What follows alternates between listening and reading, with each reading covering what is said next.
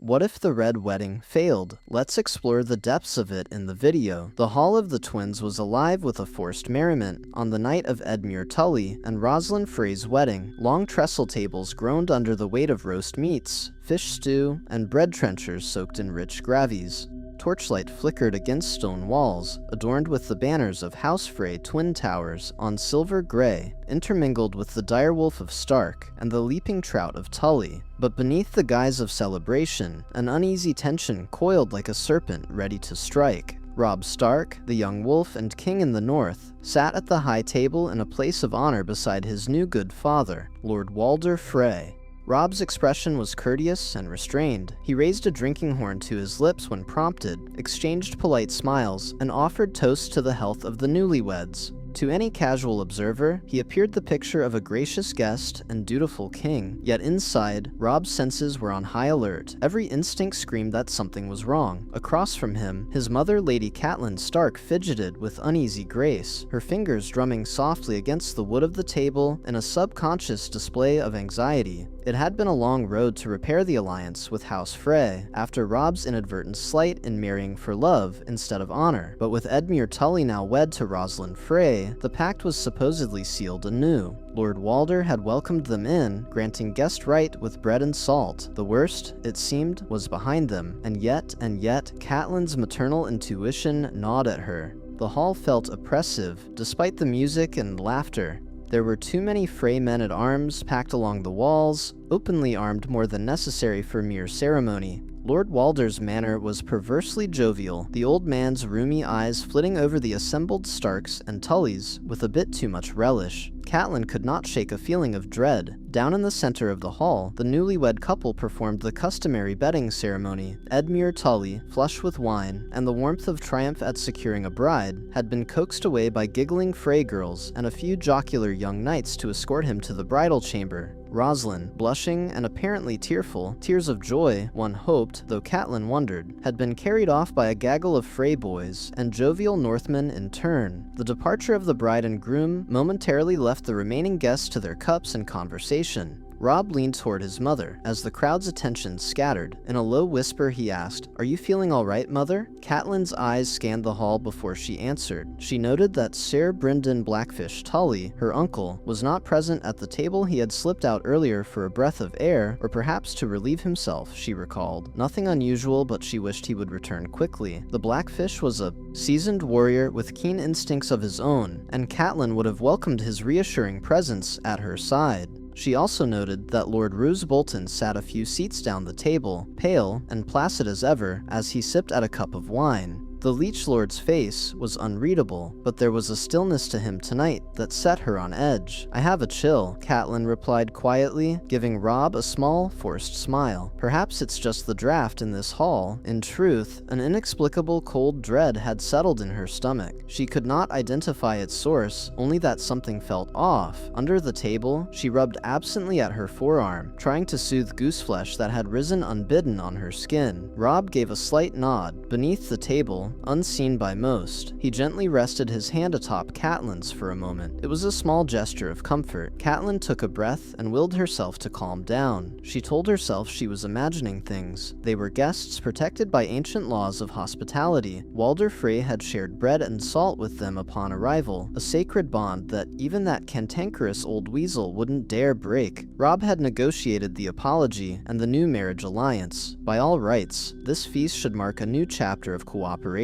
And yet, she remembered the Red Wedding in Riverrun years past, when her own brother Edmure had been born an event named not for any treachery, but simply for the abundance of red wine spilt in celebration. An ominous name for a wedding, she mused darkly. Hopefully tonight would not give new, grim meaning to the phrase. At the high table, Lord Walder Frey himself rose with surprising vigor for a man of 90. He tapped a spoon against his goblet for attention. The hall quieted by degrees, the din of conversation dying down as all eyes turned to the Lord of the Twins. Walder's wrinkled, spotted skin caught the torchlight as he stretched his lips in a thin facsimile of a smile. Beside Robb, Catelyn felt her spine stiffen, her senses sharpening like a hound catching a scent on the wind. "My lords," rasped Lord Walder in his reedy voice, "my ladies, pray, continue to eat, drink, make merry, but before the night grows any older, I thought I'd offer a toast to my new good son and my dear daughter." A smattering of laughter and cheers met this. Walder Frey motioned expansively, and a servant refilled his cup to the brim with wine, as red as heart's blood.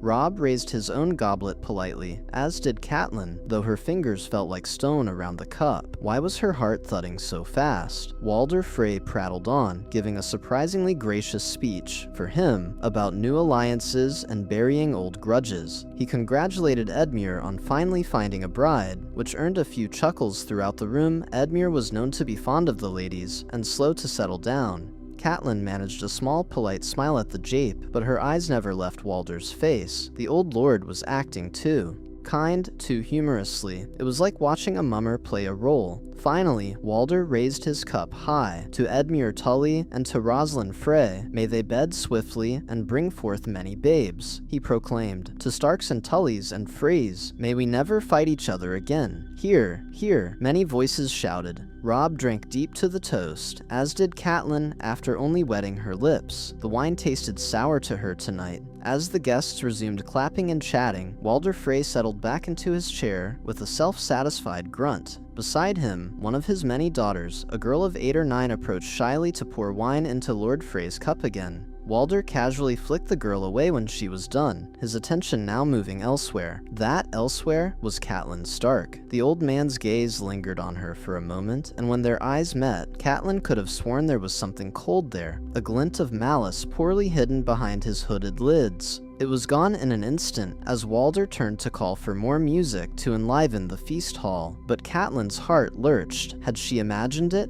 On cue, a troupe of musicians assembled near the dais. They had been playing off and on throughout the evening simple, cheery tunes during dinner. Now they gathered as if to begin another song. One of them, a piper perhaps, fumbled with his instrument. Another, an unseen drummer, tested the tautness of his drumskin with a few taps. The guests were largely oblivious, many lost in their cups or muttering in small groups. But Lady Catelyn's focus had honed to a razor's edge. Something was about to happen. She could feel it in her bones. Robb's direwolf Grey Wind was not in the hall. Lord Walder had insisted the beast be kept outside, chained in the kennels or the stables. At the time, Robb had reluctantly agreed for the sake of courtesy. Grey Wind's presence unsettled the Freys and their horses. But now, Robb regretted it. He felt oddly naked without the great grey direwolf at his side. Grey Wind would have sensed his unease. The king's eyes flickered to the main doors of the hall, wondering if his companion was just beyond them in the yard. Was Grey Wind pacing in agitation right now, smelling something amiss that no human nose could? As the musicians struck up their tune, Robb caught his mother's eye. Catelyn had gone pale. The melody that filled the hall was hauntingly familiar. The first notes slithered from the strings of a lute, joined by the soft keening of a flute. Robb's breath caught in his throat as recognition dawned. He knew this tune. Every Lannister bannerman knew it. Every soldier in the north who had fought against the Lions had heard it echo across battlefields. The Rains of Castamere. It was the Lannisters' song of triumph and mourning and homage to a massacre of rivals long ago. It was an anthem of stark, cold finality, and it had absolutely no place at a wedding in the Riverlands, among Freys and Starks and Tullys, unless this wedding feast was about to turn into a slaughter. Catelyn's eyes widened as the same realization hit her a heartbeat after Robb. Her hand went instinctively to Robb's forearm, gripping it tightly. Robb was already moving. Catelyn's scream of warning rang out in the same instant that Robb Stark overturned the heavy oaken table before him. Dishes of trout and venison toppled to the floor, scattering in a crash of silver platters and gravy. Crossbow strings twanged from the gallery above. Quarrels hissed through the air, where moments ago Robb and Catelyn had been sitting. Thanks to Robb's swift reaction, the bolts meant for the king in the north thudded harmlessly into the upturned table, and the high-back chair he had kicked over as improvised cover. One steel-tipped bolt embedded in the wood not 2 inches from Catelyn's head as she crouched beside her son, eyes wide with shock and fury. The Freys had sprung their ambush, but they had badly underestimated their prey. Chaos erupted in the hall. A second volley of crossbow fire rained down from the balconies and doorways where Frey guards had concealed themselves among the musicians and serving boys. One northern bannerman, Sir Wendell Manderly, fell backward with a grunt, a quarrel protruding from his belly. Lady Dacey Mormont let out a gurgling cry and collapsed to the floorboards, clutching at a bolt that had pierced her throat. Shouts of alarm and the scrape of benches filled the air as other northern lords, though unarmed or half drunk, realized the betrayal and horror and sought any means to fight back. But Robb Stark was already roaring for the north as he drew a dagger from his belt, the only weapon any guest still carried. At his call, loyal Northmen who had anticipated trouble launched into action. Greatjon Umber, massive and bullish, seized a roast chicken platter with his bare hands and hurled it upward at the closest crossbowman. As the man reloaded, the heavy dish struck true, cracking the Frey man's face and sending him spilling from the balcony with a shriek. In the same motion, the Greatjon let out a fearsome bellow and barreled toward the doors. He had smuggled in a hand axe beneath his cloak, a precaution Robb had quietly suggested to a few of his most formidable men, trusting in their discretion. Now, Umber's axe gleamed in the torchlight as he smashed it into the chest of the nearest Frey guardsman, rushing forward with sword drawn. Screams rose from the benches as guests and musicians alike scattered. Some of the musicians dropped their instruments, revealing daggers and small crossbows hidden beneath cloaks Frey loyalists planted to kill, yet not all were given the chance. The Blackfish, Sir Brynden Tully, burst back into the hall from the main door, an arrow already knocked and drawn to his cheek on his hunting bow. He had heard the first notes of Castamere and seen the Frey guards moving to bar the doors. Swift as a deerhound, Brynden had shot the two doormen in the back before they could seal the hall. Now the old knight's second arrow flew straight and true, impaling a disguised musician through the throat just as the man leveled a crossbow at the dais. The would-be murderer collapsed, his bolt firing harmlessly into the rafters. Behind Blackfish, Brynden came a rush of northern soldiers, Robb's guards, who had been stationed just outside under the pretense of tending to the Stark horses and the direwolf. They fell upon the surprised Frey men-at-arms at the threshold. The clash of steel on steel rang out as the fight spilled into the hall proper. At that same moment, a thunderous howl split the air, drowning out even the dissonant strains of the Rains of Castamere. The musicians faltered in their playing, startled, and the song died upon a jarring chord. A hulking gray shape flashed by Brynden Tully's side. Greywind had been unleashed. Robb's direwolf, alarmed and enraged by the scent of blood and treachery, bounded into the hall with eyes aglow like embers. The beast was colossal, as large as a small horse, and he launched himself at the nearest knot of Frey guards with a snarl that made every man's blood run cold. Greywind's jaws closed around the throat of a Frey spearman, crunching through flesh and spine with a sickening ease. The direwolf shook his prey like a rag doll, then pounced to the next foe, scattering men in terror before him. Walder Frey's planned massacre was unraveling in the span of seconds. The surprise had belonged not to the Freys, but to the Starks. Catelyn Stark, still beside Robb behind the overturned table, watched in amazement and grim vindication as their counter-ambush took form. Her dread had been correct. Her son's instincts had been true. Robb had sensed the danger and quietly prepared, instructing his loyal bannermen to stay armed if possible, signaling the Blackfish to remain vigilant outside with a contingent of his most trusted guardsmen. Now that foresight was the difference between life and death. "Mother, stay low," Robb commanded, voice tight with focus. He risked a glance over the edge of the table. The hall was a scene of bloody bedlam. Northern men wrestled with Frey conspirators among the spilled trenchers and broken casks of ale. Here, a Frey knight tried to lift his sword, only to have Mage Mormont brain him from behind with a flagon. There, Sir Reynold Westerling, one of Robb's personal guard and brother to Robb's young Queen Jane back at Riverrun, grappled with two Frey soldiers at once, fury in his face. And at the far end of the hall, old Lord Walder Frey himself had vanished from the dais, scuttling away like a rat fleeing the light. Robb's gaze swept the melee until he spotted the one figure he most desperately sought, Rose Bolton. The pale lord of the Dreadfort was moving with uncanny calm amid the chaos, slipping between struggling fighters as if the blood and horror were beneath his concern. Bolton's eyes were fixed on one target, Robb himself,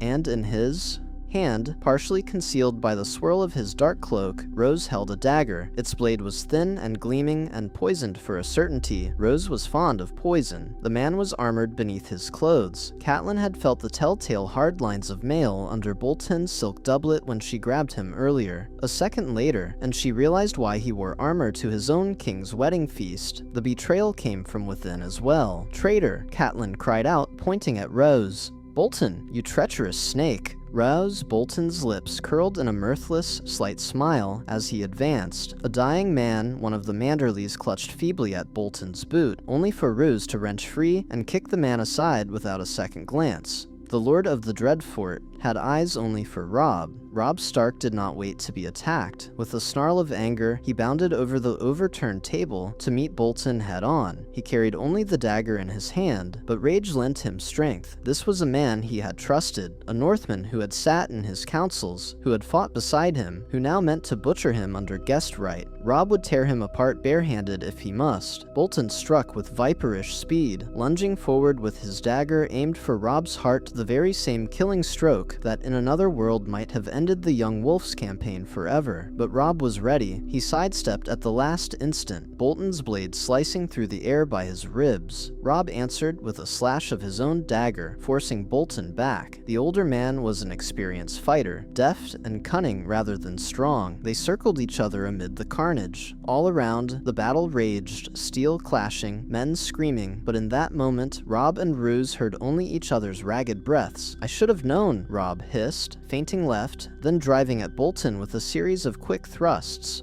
"Was it gold that bought you, or just the promise of Winterfell that made you betray the North?"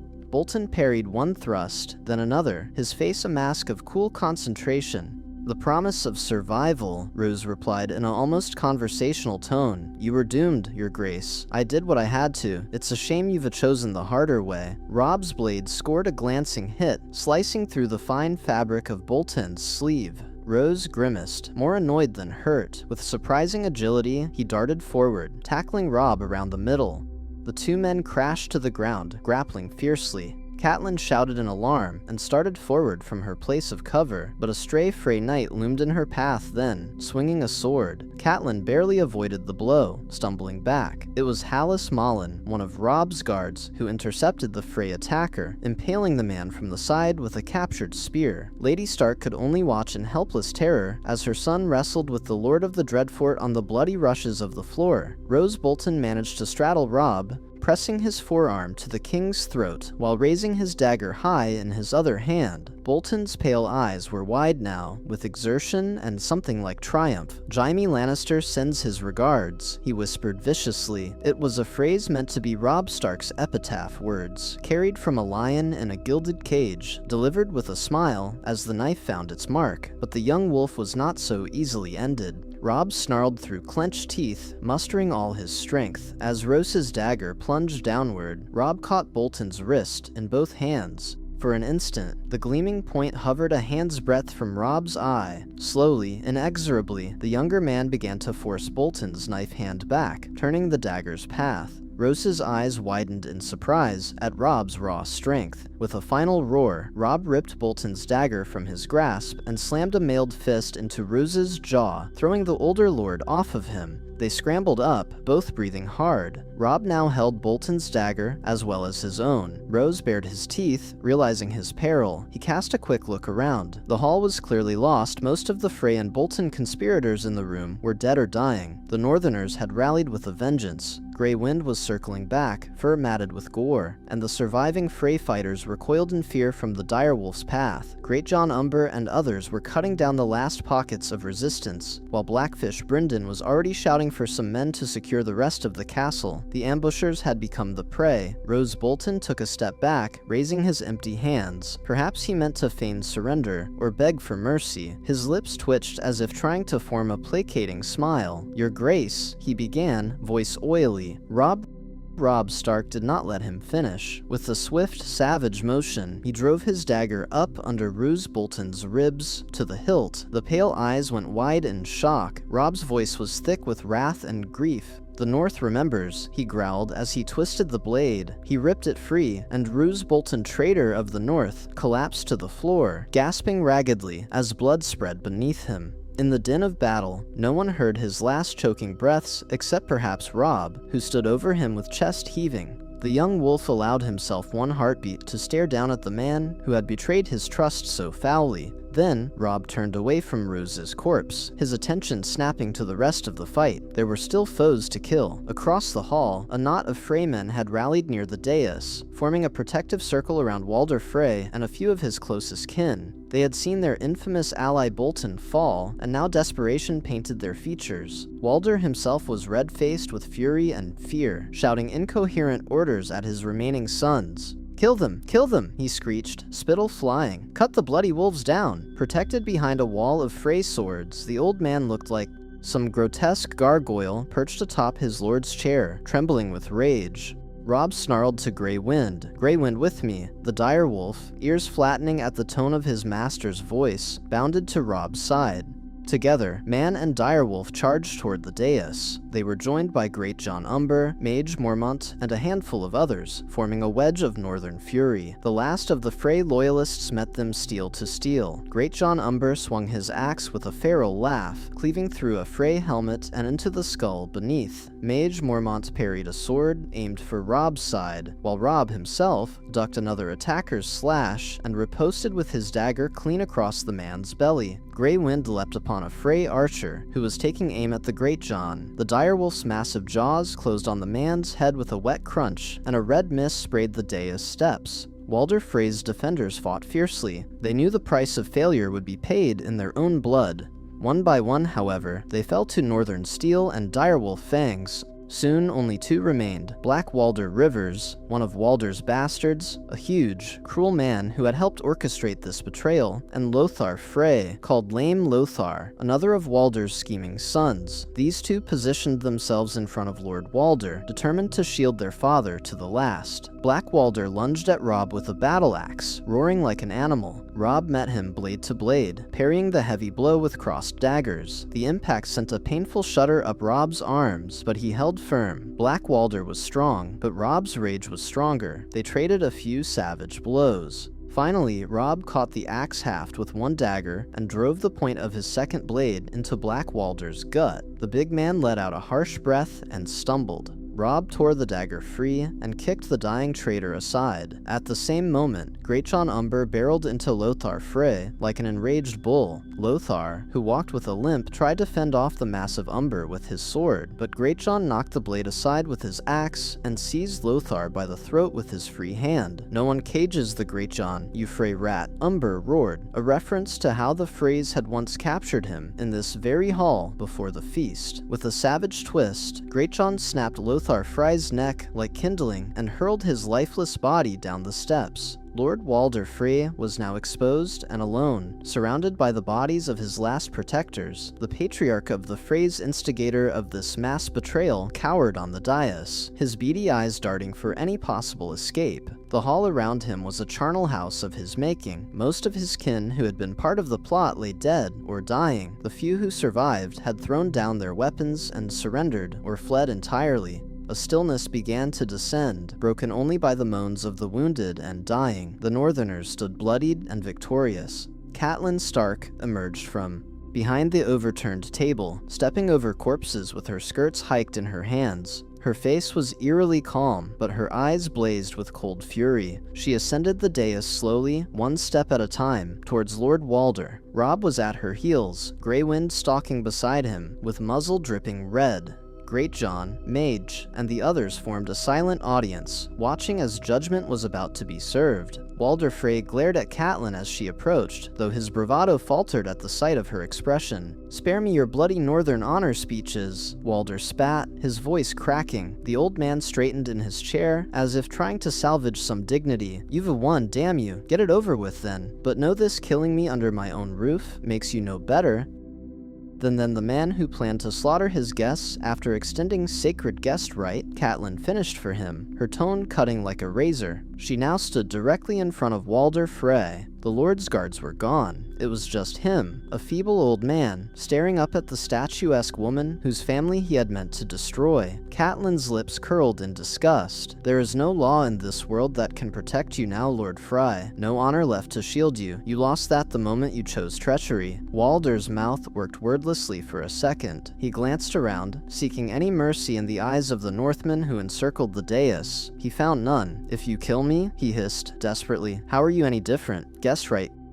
Guess right? Catelyn's voice was soft, almost a whisper, yet it carried through the hall. You dare speak of guessed right? By the old gods and the new, you have violated every oath of hospitality and honor this night. You are owed nothing. Her hand moved so quickly, Walder scarcely had time to flinch. Catelyn snatched Walder Frey's own gilded ceremonial dagger from the table, the one he had used earlier to carve the wedding roast. In one fluid motion, she pressed the blade to Walder's sagging throat. Walder Frey's eyes bulged. Wait, he croaked. Catelyn Stark's face was as hard as ice. The North remembers, she said, echoing her son's words with deadly finality, and then she drew the dagger across Walder Frey's throat in one swift stroke. A crimson smile opened under the old man's chin, and his words turned to a wet gurgle. Catelyn stepped back as Lord Walder clutched at his neck, his life pouring between his bony fingers. The red wedding had found its blood, only it was the traitor's blood that stained the twins this night. Walder Frey toppled from his chair to the floor, the same floor where moments earlier he had planned to butcher a king. He lay in a growing pool of red. No one moved to help him. Within a minute, the Lord of the Crossing was dead, his last treacherous plot undone by the very wolves he had sought to kill.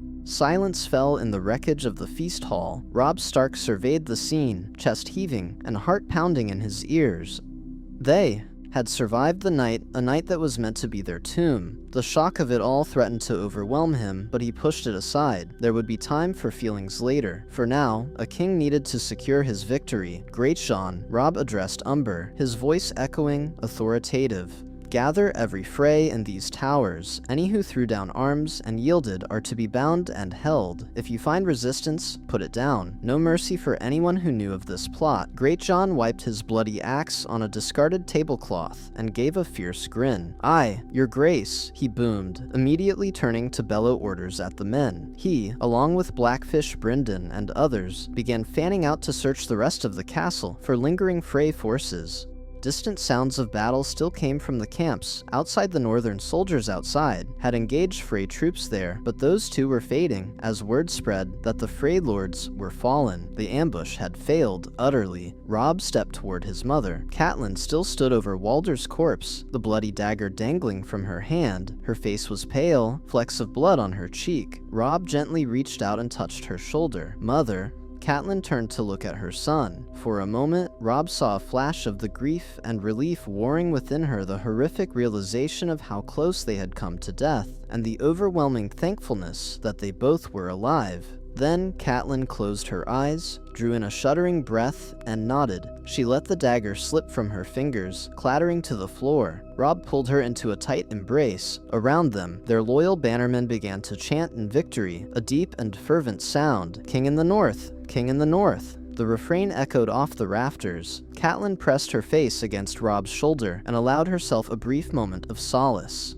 They had survived the Red Wedding. The North remembers. Indeed, and now, the North would also avenge. The battle within the twins' great hall was won, but the night's ordeal was not yet over. The survivors moved like specters through the carnage, tending to the wounded and dispatching any dying Frey soldiers too far gone for mercy. The floor was slick with blood and wine, the feast's lavish abundance now reduced to ruin. Smoke from fallen torches clung to the rafters, and the coppery stench of slaughter permeated the air. Robb Stark gently released his mother from their embrace. Catelyn wiped her eyes with the heel of her hand, smearing a streak of Walder Frey's blood across her cheek unnoticed. There would be time for grief and relief later. For now, the king and his lady mother steeled themselves to take charge. Search for survivors. Robb commanded a cluster of his men. Find Edmure Tully and his wife. They may still be in the bridal chamber. They need to know it's safe now." His voice was hoarse but steady. Immediately, a few men broke off to carry out his orders. All around, the Northmen and Riverlands men who had lived through the nightmare were gathering. Mage Mormont knelt by her fallen daughter, Daisy, closing the young woman's staring eyes with trembling fingers. The Lady of Bear Island's face was a mask of controlled anguish as she murmured a prayer to the old gods. Nearby, Sir Wendell Manderley still gasped in pain from the bolt in his belly. Healers gently carried him aside. Though the worried glances they exchanged spoke volumes about his chances, others collected the bodies of those who had been murdered before they could even lift a sword.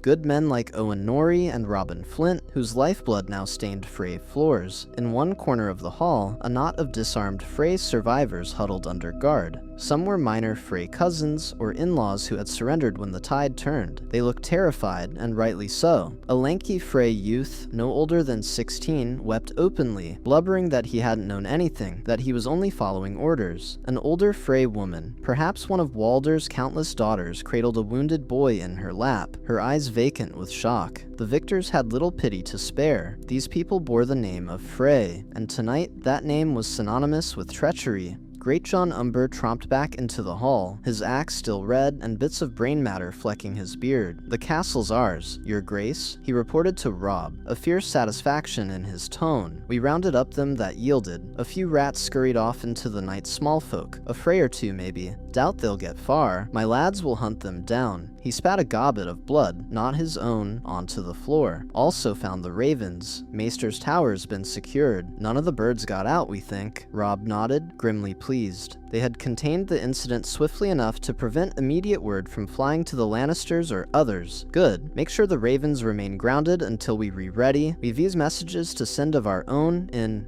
due time." As Greatjon thumped off to see to it, Catelyn watched him go, her mind racing ahead. They had won a monumental victory, but the consequences would be far-reaching. Every lord in Westeros would soon know that House Frey and House Bolton tried to butcher the king in the north under the banner of guest right and failed. It would send shockwaves through the war and beyond. She realized with a start that she was still clutching Robb's forearm, and that her hand was sticky with drying blood. She released him, and Robb gave her a small, concerned nod, as if to ask, "Are you truly all right?" Catelyn squared her shoulders. "I have to be all right," she told herself. "My son needs me strong." The doors of the hall banged open, making a few swordsmen whirl, but it was the search party returning with Edmure Tully and Lady Roslyn in tow. The groom was shirtless and barefoot, hastily clutching a quilt around his waist. Edmure's face was a tableau of confusion and horror as he beheld the devastation in the hall. "Gods be good," he breathed, eyes darting from the corpses strewn about to the grim-faced victors. What happened? Roslyn Frey, Roslyn Tully now clung to Edmure's arm. The poor girl's eyes were red from crying. She saw her father's body lying on the dais in a pool of congealing blood and let out a keening wail.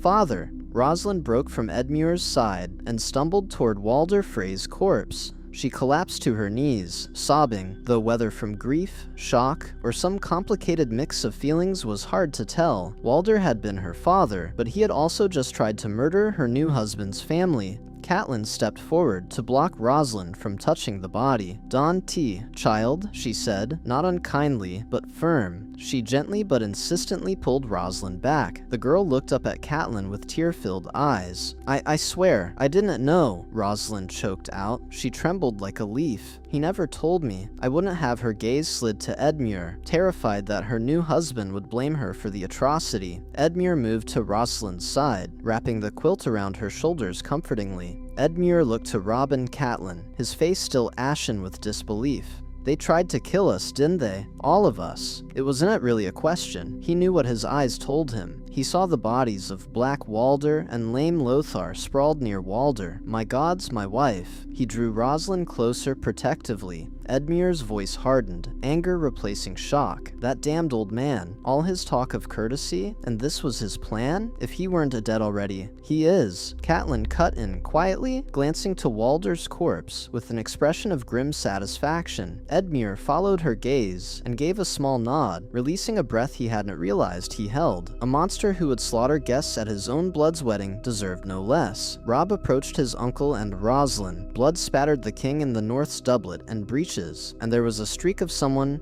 Elsa's blood across his cheek, but he stood tall and unbowed. "Uncle," he said, placing a hand on Edmure's shoulder. The two men shared a look, relief, kinship, and mutual wrath at the betrayal. "You are safe. Lady Rosalind," he addressed his new good sister gently. "I believe you. You had no part in this. You are a Tully now, and as such, under our protection." Rosalind managed a grateful nod, sniffling. Edmure's expression softened at Robba's words. "Thank you, your grace," he said quietly, using Rob's royal title half awkwardly. Edmure had declared for his nephew as king in the north and Trident, but was also his liege lord as Lord of Riverrun. The tangled courtesy hardly mattered now. Robb squeezed Edmure's shoulder, then surveyed the hall once more. Blackfish, Brynden, returned at that moment, having finished coordinating the castle's security. Bryndon's face was grim beneath the streaks of blood on his cheek and the sweat matting his gray hair. He went directly to Catelyn and Robb. "The twins are fully in our hands," the Blackfish confirmed in a low voice. "Some Frey men yielded, as Greatjon said. They were being held in the dungeons. A few got away into the night, likely to spread word. We've doubled sentries on the walls regardless. If any lingering Frey loyalists or sellswords try to regroup, we'll see them coming." Robb nodded. "Well done, uncle." He looked around at the bodies again, a shadow crossing his face. At what cost, though? Already he could count several loyal bannermen who lay dead. The losses were lighter than they might have been. In the trap that had been laid, none of them were meant to survive at all, yet each life lost was a wound. Catelyn placed a hand on Robb's forearm again, squeezing gently. "Fewer than it could have been," she said, voice somber. "Had you not acted as you did," she didn't finish the thought. She did not need to. They all knew that without Robb's precautions and the fierce bravery of their friends, the Stark cause would have been extinguished here and now.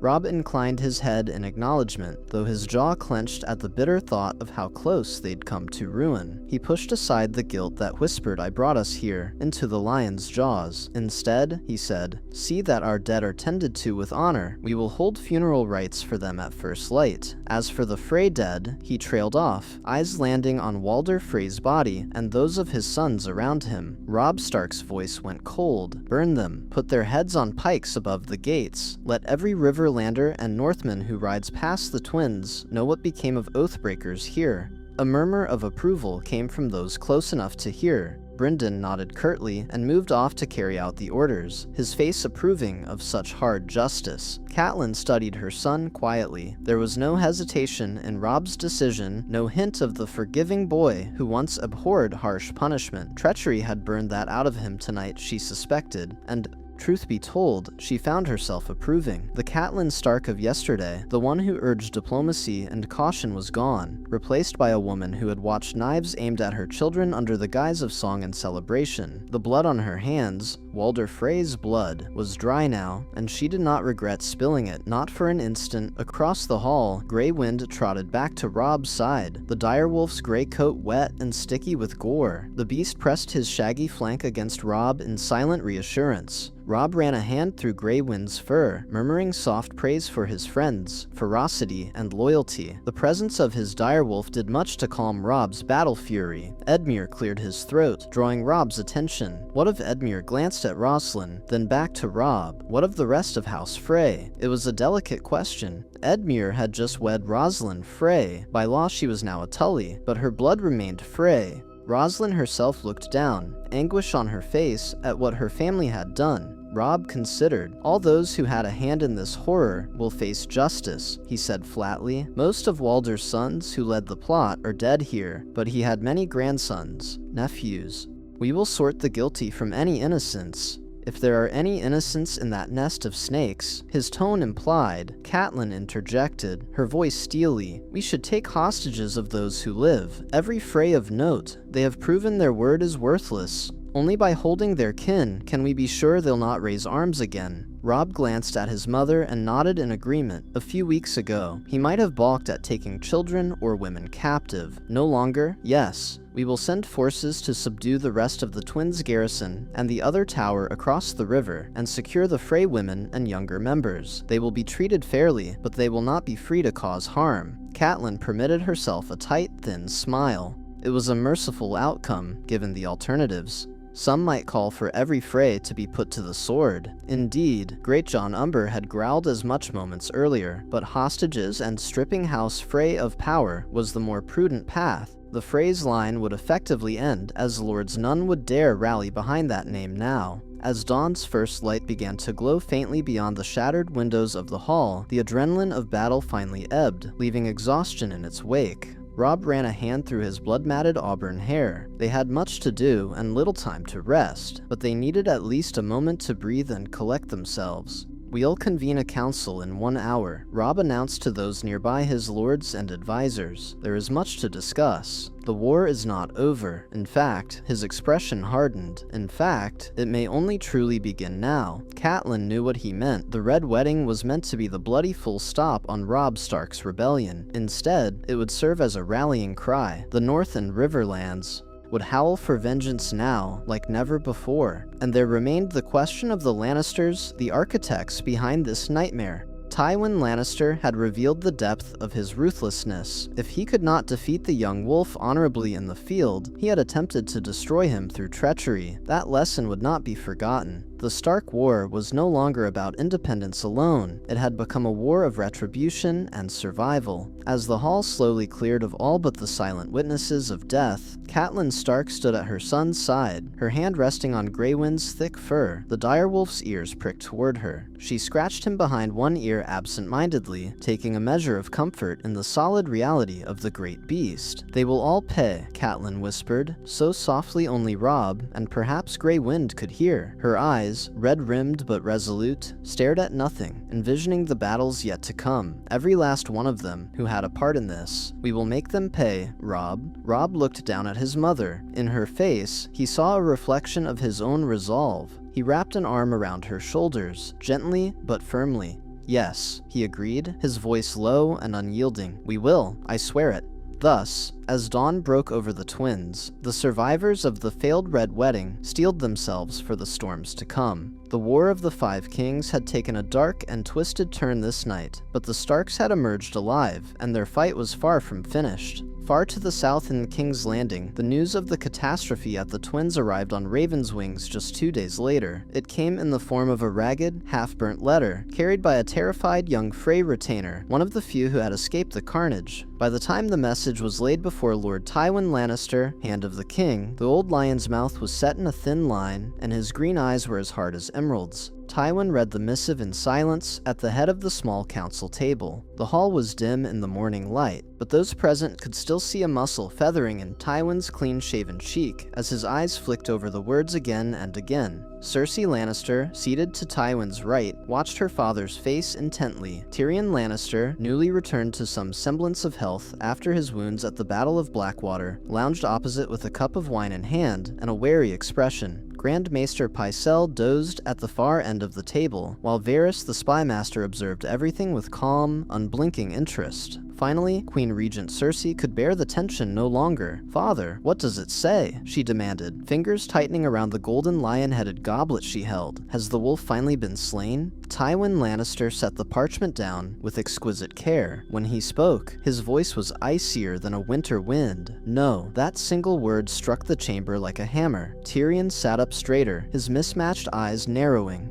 Varys raised his painted eyebrows a fraction. Cersei's lips parted in disbelief. "No. What do you mean, no?" Tywin's jaw clenched. "The Frey's attempt to murder Robb Stark has failed," he said, each syllable clipped and precise, as if tasting something bitter, catastrophically. "Not only does Stark live, but he has slaughtered most of the Frey family and your pet Turncloak Bolton, along with them." Cersei shot to her feet, knocking her chair back with a clatter. "That's impossible," she snapped, angry spots of color blooming on her cheeks.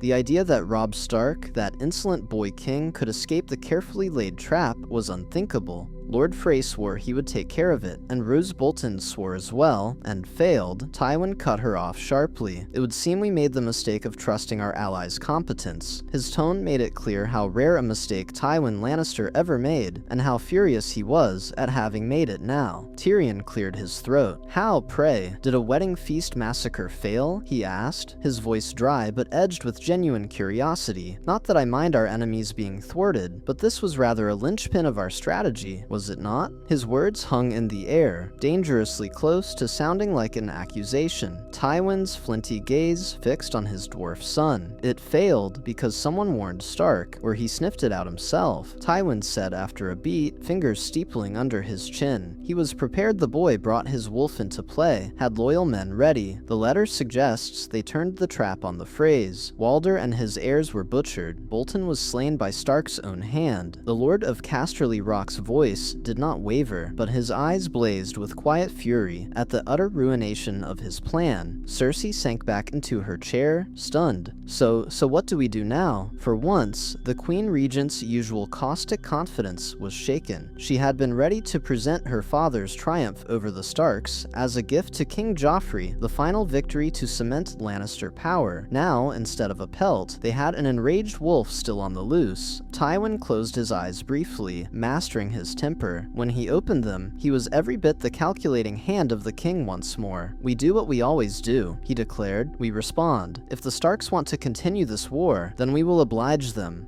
but we will do so on our terms." He looked to Varys. "The Frey letter was half burnt, you say. Are we certain of its authenticity?" Varys inclined his head, hands folded in voluminous sleeves.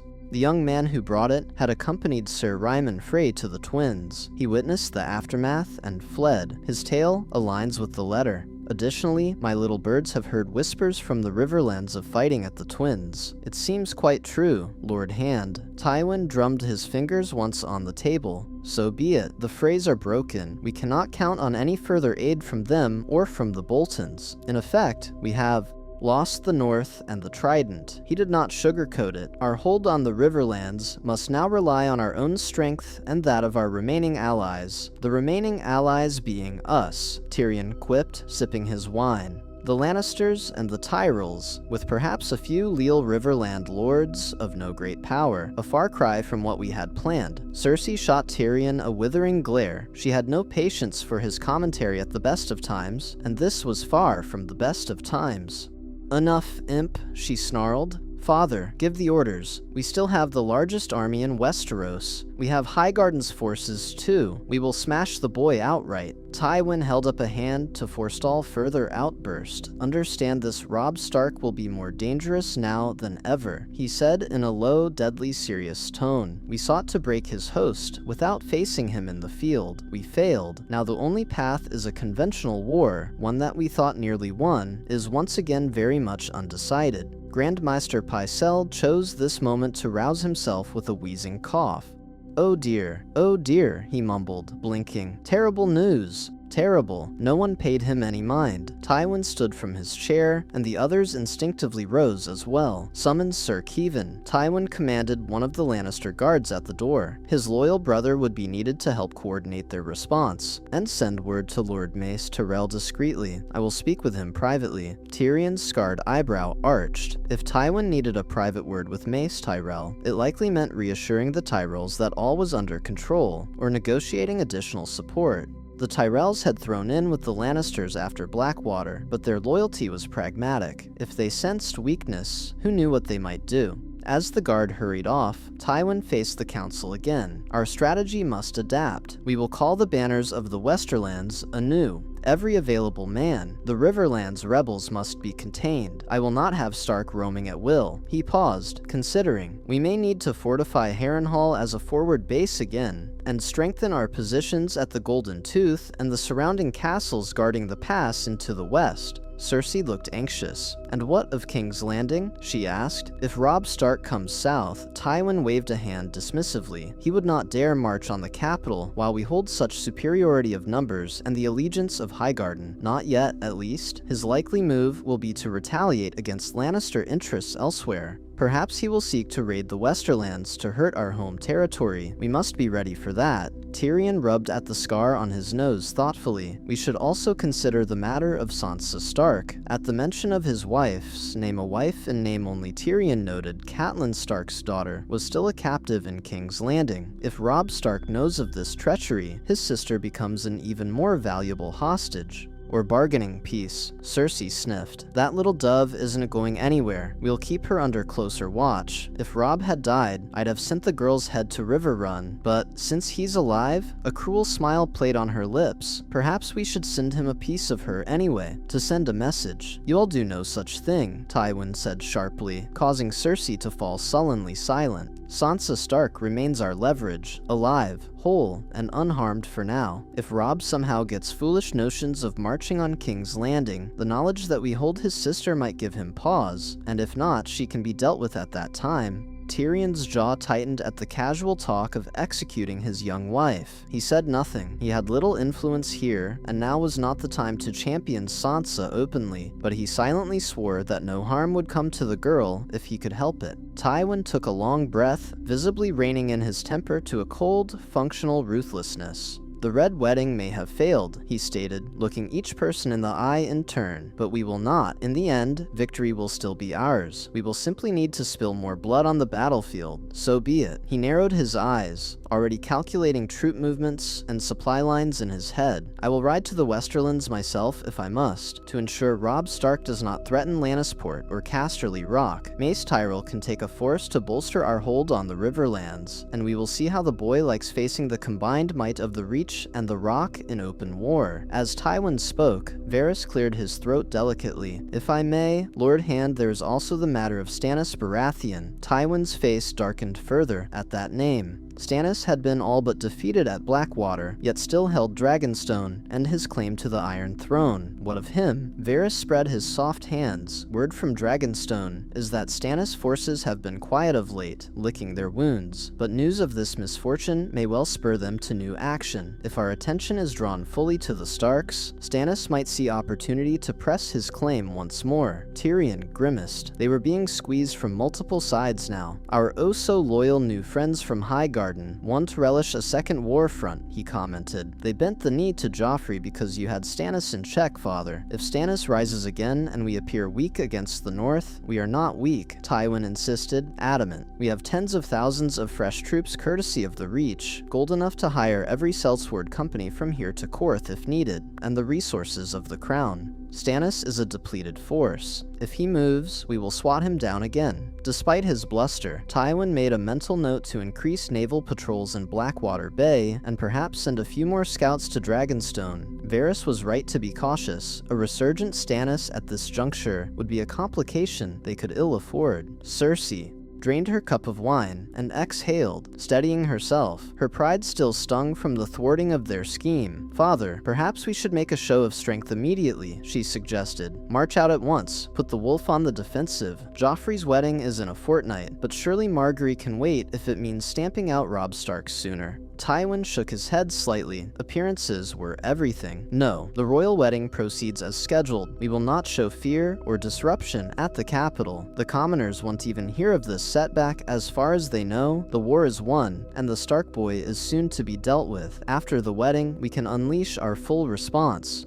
The hand of the king rolled up the damning letter with crisp, controlled movements. Until then, we fortify key positions and gather our forces. Let Stark make the next move if he dares. And Tywin silently vowed that Robb Stark would curse the day he survived the twins before the end. As the council dispersed, the mood in King's Landing was tense and uncertain. The Tyrells behind closed doors whispered amongst themselves. Lady Olenna, the sharp-witted Queen of Thorns, privately told her granddaughter Margaery that the Lannisters had proven fallible after all. Never rely on a dove to do a hawk's job, my dear, she said of the Freys, shaking her head. The Tyrells would outwardly support Tywin for now, but they would also begin quietly assessing their own position should the war turn badly. Margaery, pragmatic as ever, resolved that she would secure her marriage to Joffrey first, and foremost become queen, and then whatever happened with the war, House Tyrell would maneuver to come out on top. Ravens flew out from the Red Keep that day, bearing urgent orders to Lannister bannermen and allies. In the streets, the small folk heard only vague rumors that something had gone awry far away, something about wolves and wedding feasts, but few new details. In the Septs, Septons continued to thank the Seven for King Joffrey's victory over Stannis and pray for lasting peace. Yet behind the facade of normalcy, King's Landing prepared for the resurgence of war. Lord Tywin Lannister stood atop the battlements of the Red keep that evening, looking westward as the sun sank red into the hills. The color of blood, he thought grimly. The red wedding may have failed, but he promised himself that by the time he was done, the rivers would run red with Stark blood regardless. Tywin Lannister had never lost a war, and he did not intend to start now. On the island stronghold of Dragonstone, a salty wind whipped at King Stannis Baratheon's black and red banner atop the stone drum tower. Within the castle's cold chamber of the painted table, Stannis brooded over the map of Westeros carved into the great wooden table. His gaunt face was lit by the flicker of a dozen candles, one for each of the 7 kingdoms he still meant to claim. At his shoulder stood Melisandre of Ashai, her red robes, whispering against the floor as she leaned in to murmur in the king's ear. Behind them, Ser Davos Seaworth waited respectfully, his hands the fingers he had left clasped before him. Davos had brought the news that now occupied Stannis' mind. A smuggler's boat from the Blackwater had arrived earlier that day, bearing word from one of Davos' old contacts in King's Landing. The Red Wedding had failed. Robb Stark yet lived, and had dealt a staggering blow to the Lannisters and Freys. The smuggler's man told of whispers that the Lion's schemes were unraveling. Stannis' jaw ticked as he processed it. Tywin Lannister conspired to butcher the Starks under guest right, he said at last, voice low and flinty. Even through his usual tone of disapproval, one could detect a note of grim satisfaction. A coward's tactic, and now a failed tactic. Melisandre's red eyes gleamed in the candlelight. "The Lord of Light's justice comes in strange ways, your grace," she purred. "I glimpsed a vision in the flames last night, a great feast that became a slaughter, and a wolf standing amidst the carnage. I did not understand it then. Now I do. The false lions tried to kill the young wolf, but the wolf snapped its jaws shut instead. The flames do not lie." She moved to place a comforting hand on Stannis' forearm. "This is a sign. The usurpers in King's Landing have lost the favor of the Red God. Their plots crumble. Their end approaches." Stannis remained stiff, though he accepted Melisandre's touch with a curt nod. He was not a man given to displays of pleasure, but Davos thought he saw a certain light in his liege's eyes, the light of renewed determination. The defeat at Blackwater Bay had been a bitter agony for Stannis, leaving him with but a fraction of his forces and a damaged claim. But now, if Robb Stark lives, Lord Tywin is robbed of his easy victory. Ser Davos spoke up, his voice raspy from years at sea. "The Lannisters will have to fight on 2 fronts again, the north and the south. That could give us an opening, sire."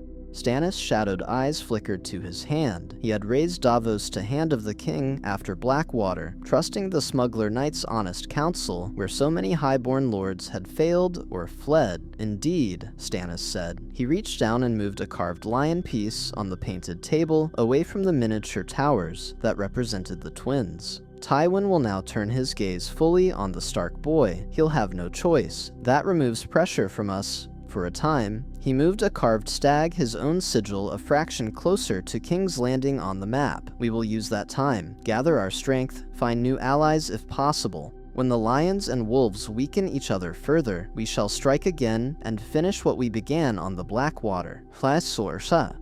There was a harsh conviction in Stannis' voice, a spark that Davos had feared extinguished after their defeat. To hear his king speak so, with confidence rather than despair, lifted Davos' heart. Still, the practical difficulties remained. "Your Grace, if I may," Davos said, stepping closer to the table. "Our current forces are fewer than 5,000 men. Even if the Lannisters and Starks clash, we'd be hard-pressed to face the combined might of the Iron Throne and Highgarden. We must be cautious." Stannis narrowed his jaw, acknowledging the point. "We need more men, yes," he muttered. His gaze drifted to the carved sigil of the Aran Falcon on the table. "Perhaps the Vale, my good sister Lysa, has kept the Vale out of this war. If word of Lannister treachery spreads, she might be persuaded that King's Landing is vulnerable." Davos wasn't sure a craven like Lysa Arryn would ever bestir herself, but he held his tongue. Melisandre stepped forward, her red lips curving into a mysterious smile. "There are other powers at work, your grace. The Lord of Light showed me victory in your future. The trials you have faced were but flames to test your mettle. Now, see how the false kings turn on each other. The way will clear for you, the chosen one, Azor Ahai, reborn to sweep aside the ashes of their conflict and claim your rightful throne." Stannis regarded the Red Woman. He did not nod, but something in his stance seemed to ease, as if he allowed himself to believe, if only for a moment, that fate might indeed be aligning in his favor. What of the North? Davos asked. Robb Stark calls himself king, but he's no friend to us. Perhaps, he hesitated, knowing this suggestion would not sit well. Perhaps an accord could be struck. If Stark is truly bent on vengeance against the Lannisters, maybe he could be induced to ally, or at least agree to a neutral peace while we each deal with the Lannisters. Stannis' face darkened exactly as Davos anticipated. You forget yourself, Davos, he snapped. Robb Stark is a rebel who declared himself king against the Iron Throne, against me. I may despise the Lannisters, but I will not treat with a traitor who refuses to bend the knee. The North is mine by rights, not his. Davos bowed his head. Of course, your grace. He knew better than to press that point further. Stannis Baratheon's sense of justice and legitimacy was ironclad. He would not bargain away a crown he believed was lawfully his, not even for strategic gain. Melisandre's eyes shifted to Davos, her look inscrutable. The Onion Knight and the Red Priestess held little love for each other. Melisandre laid a hand on Stannis' shoulder. Worry not, my king, she said. The wolf's fate, and yours need not be at odds. In time, he may serve a purpose in weakening your enemies. Let him and the Lannisters tear at each other's throats for now. In the end, the kingdom the world will need the one true king to deliver it from darkness. Stannis absorbed her words in brooding silence. After a moment, he said, whatever the Red God's purpose, I know my own duty. The Lannisters will be vulnerable now. Once they are dealt with, I will have to face the Stark boy in turn, but one foe at a time. He touched the painted table's representation of King's Landing, the Iron Throne. His fingers moved north to Winterfell's carving, and he frowned. The North. It galled him that Robb Stark, barely more than a boy, had not only defied him, but now survived a massacre that would have made Stannis' path simpler. Yet some part of Stannis, a part he would never voice, felt a grudging respect that Stark had refused to die easily or dishonorably. At least the boy fights his war himself, Stannis thought, contrasting Robb with the pampered Lannister king who let others do his fighting. Out loud, he declared, we set sail for the mainland in a fortnight. Dragonstone will not be my prison while the realm falls into chaos. I will gather loyal lords in the Stormlands anew. Even those who bent the knee to Joffrey may rethink their oaths after this betrayal at the Twins. We will rally whoever we can. Davos thumped a fist to his chest. I'll begin making arrangements, sire, he said. He would ensure the ships were prepared and send ravens or envoys to sympathetic lords like Tarth or Estermont. Melisandre's smile widened, seemingly pleased by Stannis' vigor, and I will pray to Arholler for guidance. The flames will show me our next victory. Stannis rolled up a map scroll decisively. Let the lions roar and the wolves howl, he said, a touch of grim humor entering his tone. They will leave each other bloodied, and when the time is right, we shall strike and finish them all. As Davos and Melisandre departed to carry out their tasks, Stannis lingered a moment at the painted table, staring at the figurine of a direwolf that marked the Stark position in the north. The tides of war had shifted unexpectedly. For the first time since Blackwater, Fortune, or the Lord of Light, had handed him an unexpected boon. Stannis Baratheon intended to seize it. The Iron Throne will be mine. He rasped into the empty chamber, as though reaffirming it to the map of Westeros itself. Far across the sea, a red comet burned faintly in the dawn sky, unnoticed by most. Stannis took it as an omen of fire and blood yet to come, and a crown that waited for its rightful king. Later that morning, the lords and chief advisors of the Stark Tully host gathered in what had been Lord Walder Frey's solar, now commandeered as a council chamber. The sun's light slanted through the arrow-slit windows, falling upon a table strewn with maps of the Riverlands and the North. The atmosphere in the room was somber, but charged with purpose. The Northmen and Riverlords present bore still the grime and bandages of the recent fight, their faces drawn with fatigue and grief. Yet in their eyes burned a fierce resolve. They had stared death in the face and lived. Now it was time to decide how to wield this unexpected reprieve. Robb Stark sat at the head of the table, the rightful place of the king in the north and trident. To his right was Catelyn Stark, her expression composed and cold. To Robb's left loomed Greatjon Umber, arms crossed over his chest, his ruddy face eager for whatever came next. Also present were Edmure Tully, freshly washed and dressed in sober clothing, his arm around a subdued Rosalind in the corner, Blackfish Brynden, Lady Mage Mormont, Sir Jason Mallister of Sigurd, who had arrived late last night with a small contingent, and a handful of other Northern and Riverland bannermen who had survived the Frey treachery. Robb cleared his throat, and the murmured side conversations died away. He looked around at each face, gauging the mix of anger, sorrow, and determination. First, Robb began, we must acknowledge the sacrifices of those who fell last night. Many good men and women gave their lives in the Twins. We will remember their bravery and make sure they did not die in vain. He inclined his head in respect, and the gathered lords bowed theirs in a moment of silence for the dead. When Robb spoke again, his voice gained strength. We have been dealt a grievous betrayal, but we have survived it. More than that, we have turned it back on our enemies. Walder Frey and his accomplices are dead. Roose Bolton is dead. Their attempt to break the North and the Tullys has failed. He allowed himself a tight, victorious smile. Lord Tywin Lannister wagered all on that one stroke, and he lost. A rumble of approval swept the room at that, Greatjon's chuckle the loudest among them. Catelyn watched the faces of the lords. They shared satisfaction in outfoxing Tywin's scheme, but she could see uncertainty too. The war was not over, far from it. They had escaped annihilation, but what next? As if reading their minds, Robb continued, the war goes on. Lord Tywin will be furious, and he will come for us with everything he can muster. The Lannisters and their allies still hold King's Landing and the Iron Throne. They still hold my sister Sansa as a hostage, and they still command greater numbers than we do, especially with the Tyrells at their side. Mention of Sansa brought a shadow to Catelyn's face. She had to steady herself, pressing a hand to the table. If the Red Wedding had succeeded, Sansa would likely be dead. By now Tywin would have had no more use for a Stark hostage, with Robb gone. The thought made her blood run cold. Her eldest daughter's fate was an added spur to the fury already in Catelyn's heart. She spoke up, voice quiet but firm. We have won a battle, but the Lannisters will never cease seeking to destroy us. Not as long as a Lannister sits the throne. Lady Mage Mormont thumped a mailed fist on the table in agreement. Aye, they want to leave us be, not after this. Sir Jason Mallister, gray-haired and dignified, nodded. There can be no peace with such vipers. If we were to even consider laying down arms, they'd only bide their time until another dagger could be found for our backs. Edmure Tully frowned thoughtfully. My lords, my sister, he said, addressing Catelyn. I don't disagree that the Lannisters are treacherous, but we must be realistic. We've taken heavy losses. Our fighting strength isn't what it was at the start of the campaign. Perhaps our goal should be what it always was, to secure the North's independence and the Riverland's freedom, then hold our own borders. He looked at Robb. Nephew, you set out to make the North free of the Iron Throne. Do we still want to press beyond that? Greatjon Umber let out a harumph. Hold our borders? After this? He growled. Edmure, you're a good man, but think. The Lannisters will never let the North and Trident go as long as they have breath. Not now, not after we've made fools of them. He spat to the side. We play defense, we die, simple as that. I say we take the fight to them and carve them up, make them beg for peace.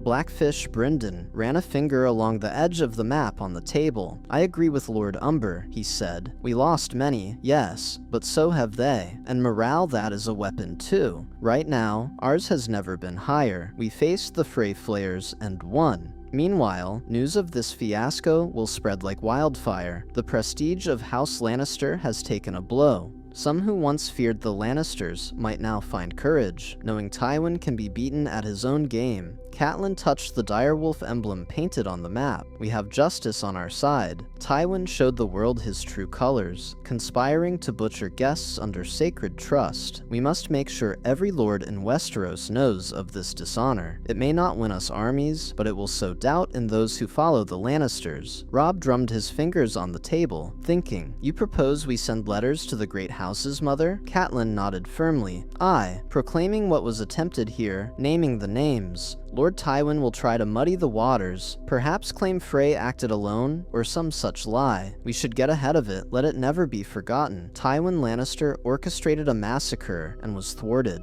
Jason Mallister added, the more we vilify the Lannisters' methods, the more the Tyrell alliance might waver. They want to say so publicly, but I know the Tyrells value their image. They won't like being tied to such infamy. Robb exhaled slowly. Very well. We'll draft ravens to every corner of the realm. If nothing else, our own banners will know the truth of what happened and why we march. He looked to his uncle Edmure. Uncle, I understand your caution, but I fear it's too late for half measures. If we pull back now and sue for peace, or even just hold our ground, the Lannisters will eventually gather overwhelming force and come for us, and they will not offer terms except our heads on spikes. Edmure pressed his lips together, but inclined his head, acquiescing. You're right. God's help. Us. You're right. Catelyn reached out and briefly squeezed Edmure's hand in thanks. Rosalind Tully stood behind Edmure's chair, silent and pale, witnessing the council that debated war against her former in-laws. She had cause to hate her father for what he attempted, and thus perhaps cause to hope the Starks and Tullys prevailed.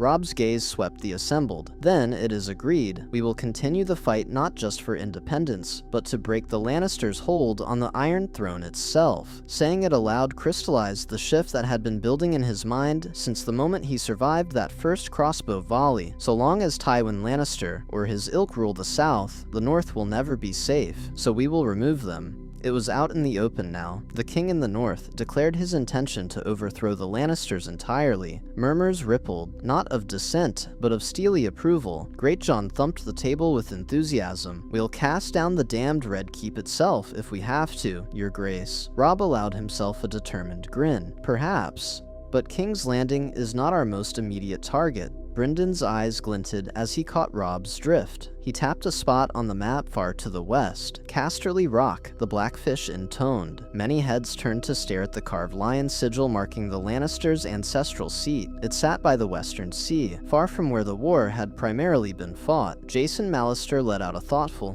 while Greatjon rumbled in approval. Robb nodded. Casterly Rock. Tywin's den. It's far, and it's audacious, which is exactly why he might not expect it. Robb pointed to the rock on the map. We strike at the heart of Lannister power, his gold mines, his seat, his pride. If we could take, or even threaten Casterly Rock, it would force Tywin's hand like nothing else. Sir Mallister frowned mildly. A siege of the rock could take years, your grace. It's one of the most impregnable fortresses in Westeros. Battering it might be beyond us. Robb acknowledged the point. True, but we don't necessarily need to break its walls in a traditional siege. If Tywin believes we might, that would be enough. He will not leave the rock under threat, he'll march west to protect it, or at least send a large force. Which means he's not marching on us here with his full might. Blackfish Bryndon gave a feral smile. Divide and conquer, draw him out of his hole. Catelyn studied her son with a mix of pride and worry. Robb was still a youth in years, but war had forged him into a keen strategist. How quickly can we move, and how do we get there? She asked. The Riverlands lie between us and the Westerlands. Harrenhal is still held by the remnants of Lord Tywin's forces, is it not? Harrenhal has a token Lannister garrison, by last report, Bryndon said. Gregor Clegane and some Frey and Lannister men have been marauding around the Trident, but with the Freys effectively destroyed, the mountain will have fewer local supports.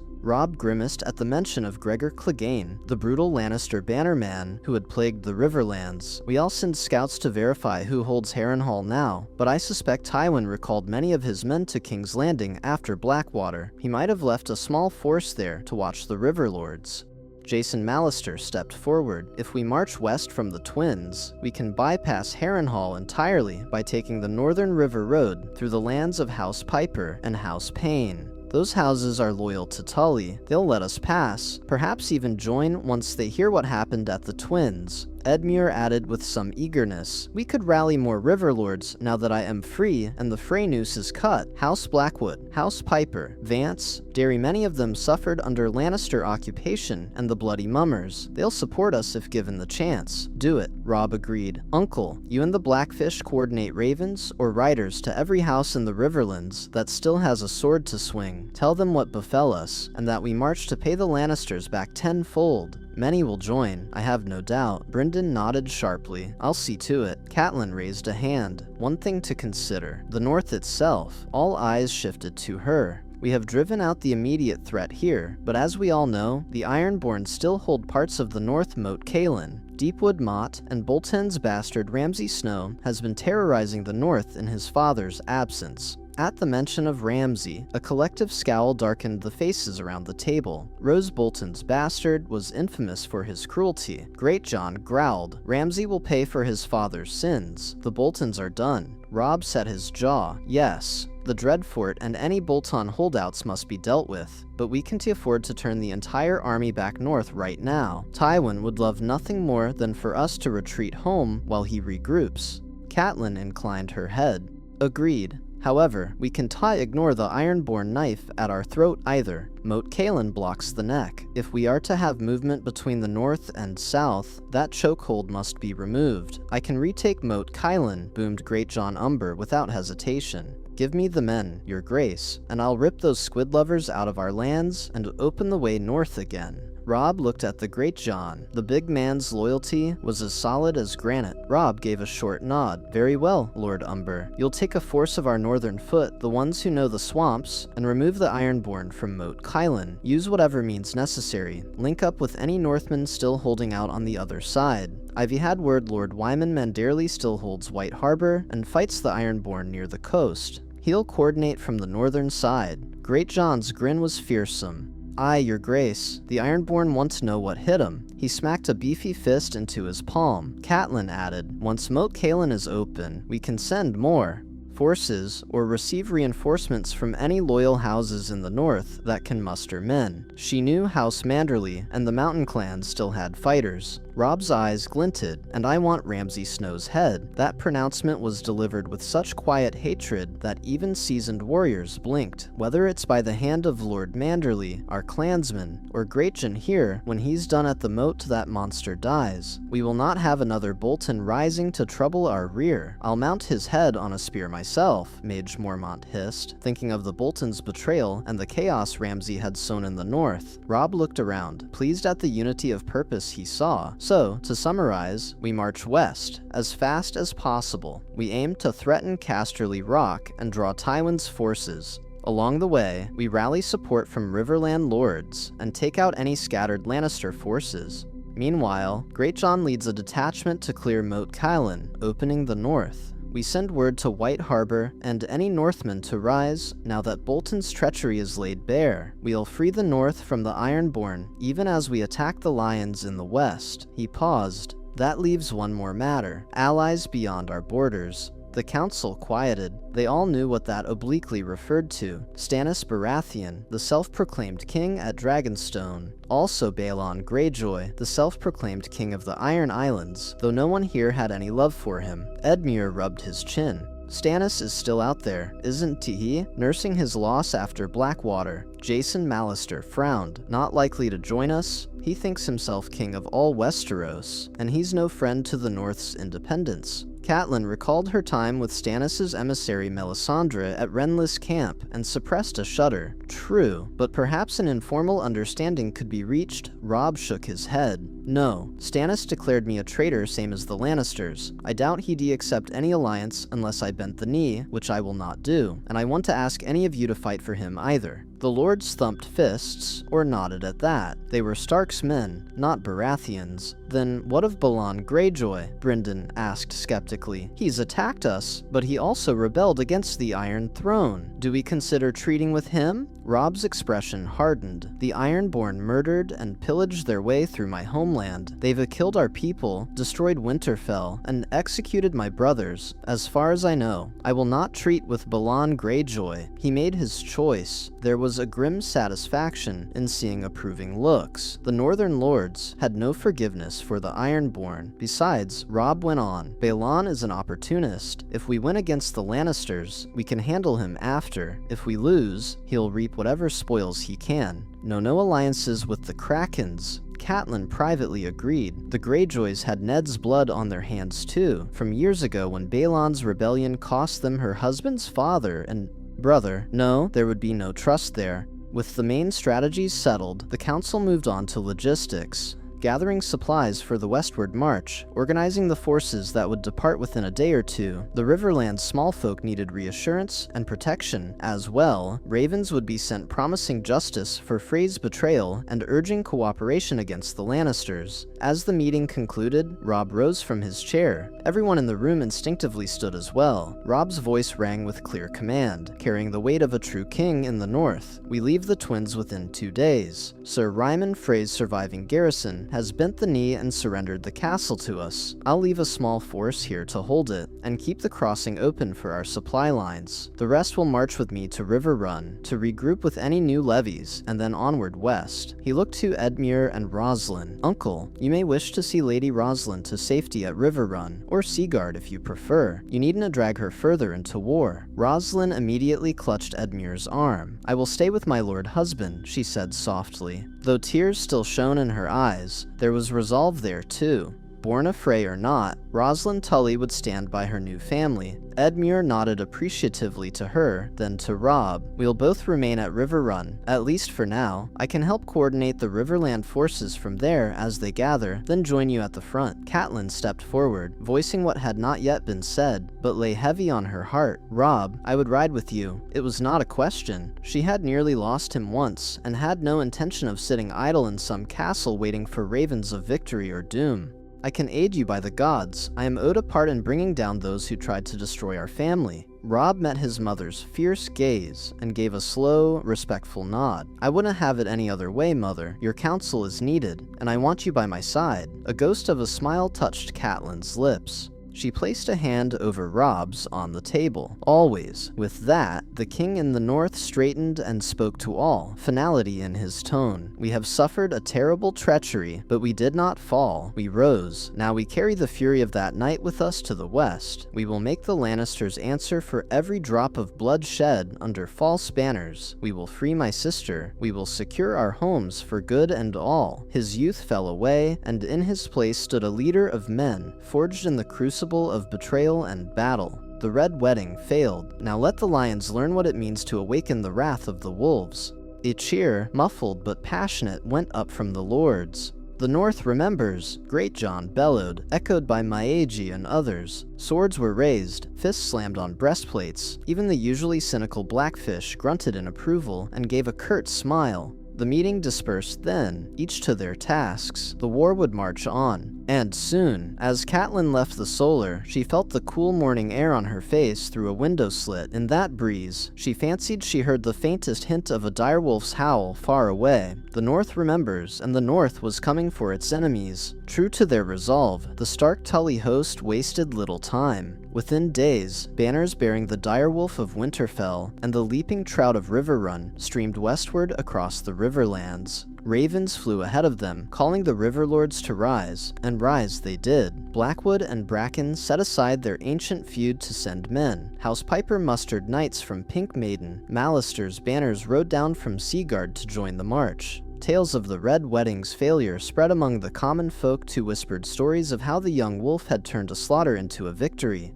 The small folk cheered the column on as it passed, offering bread and salt and blessings for vengeance. The North remembered, and now the Riverlands remembered too. By the time Robb Stark's army reached the western hills guarding the pass into Lannister territory, it had swelled with new levies. Some were poorly armed farmhands and millers carrying old spears, but they came with fierce hearts and hatred of the Lannisters who'd plagued their lands. Robb welcomed all who would fight. Every sword would count. The gateway to the Westerlands was the fortress of the Golden Tooth, a stout keep embedded in a rocky hill that overlooked the main road west. Under normal circumstances, taking the Golden Tooth would be a slow and bloody affair, but fortune smiled on the Starks yet again. The Lannister garrison there had heard wild rumors of King Robb's death at the Twins. Their lord, Sir Lefford, had taken most of the men to Lannisport for what he thought would be a celebration of victory. Instead, Robb Stark appeared at their gates very much alive, leading a host hungry for retribution. After a token resistance, the undermanned Golden Tooth fell. Robb's vanguard, led by Blackfish, Brynden Tully, and Lord Jason Mallister, stormed the gates at dawn, overwhelming the confused Lannister guards.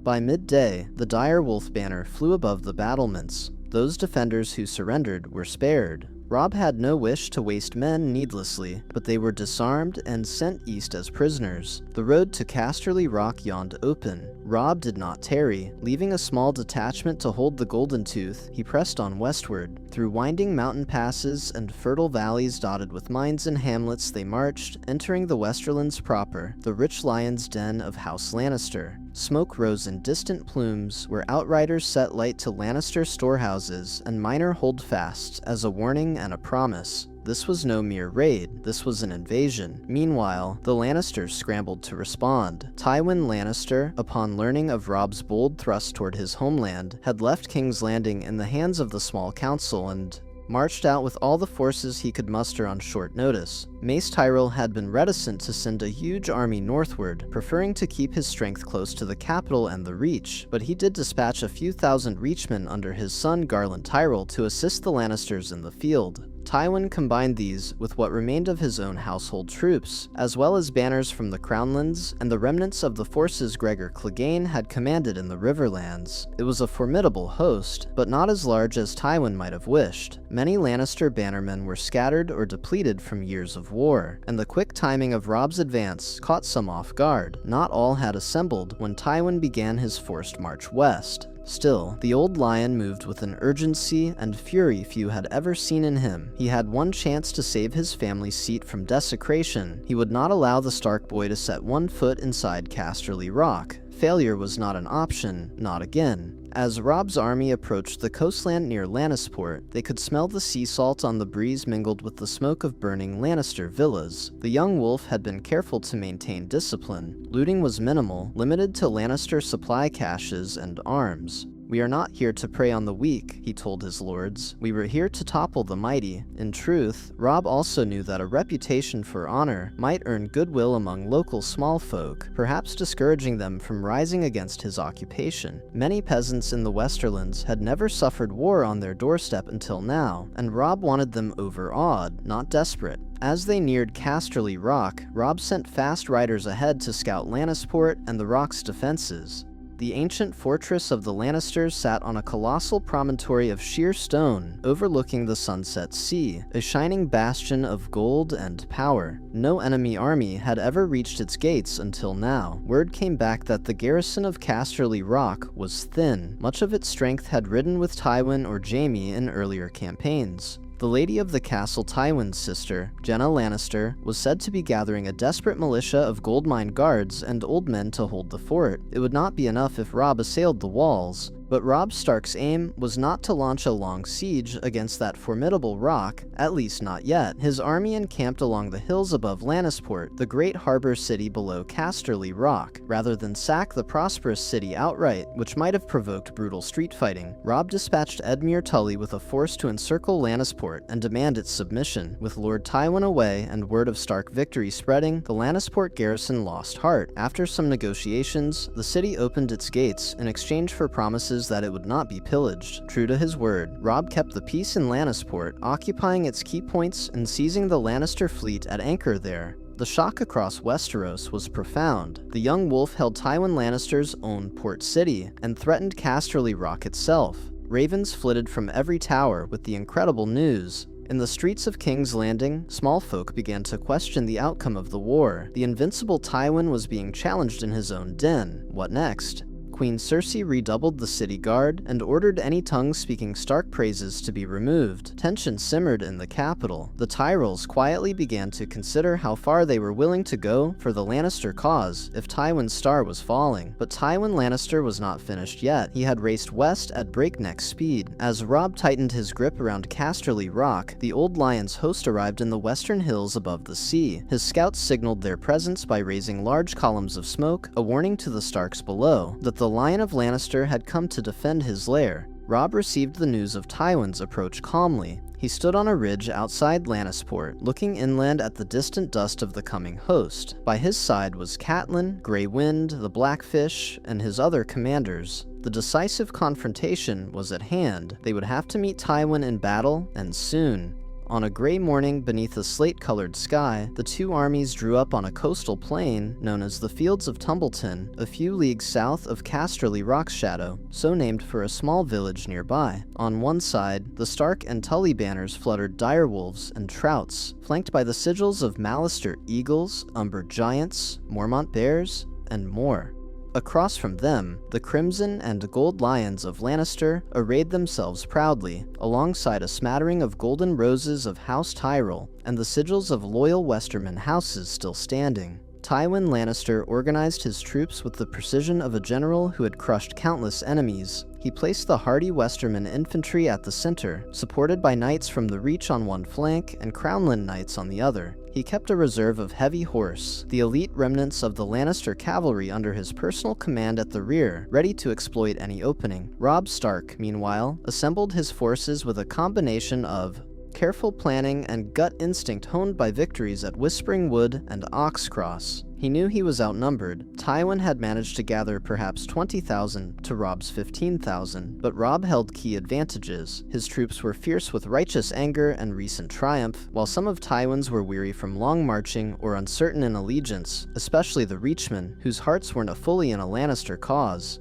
Moreover, Robb had the literal high ground. He'd chosen to meet on fields where gentle rises favored his positions. The battle began at midday, when Tywin, impatient and seeking to strike before the Starks could entrench further, ordered an assault on Robb's left flank where he perceived the northern levies, some of Robb's least experienced troops, to be. Horns blew, and the Lannister center surged forward as well, shields locked and spears glittering. Robb had anticipated this. He had placed the stoutest veterans, the Greatjon and his Umbers, on that weak left in reserve, hidden behind a ridge. As the Lannister foot pressed the initial Stark line back, Greatjon's berserkers erupted over the hill with battle cries of the North, and slammed into the attacker's side. Caught off guard by the ferocity of the Northmen, Greatjon himself wielding an axe in each hand, cutting through men like stalks of wheat, the Lannister pike square buckled and then shattered. On the Stark right, meanwhile, Sir Brynden Blackfish Tully led a cavalry sweep against the Reachman Knights.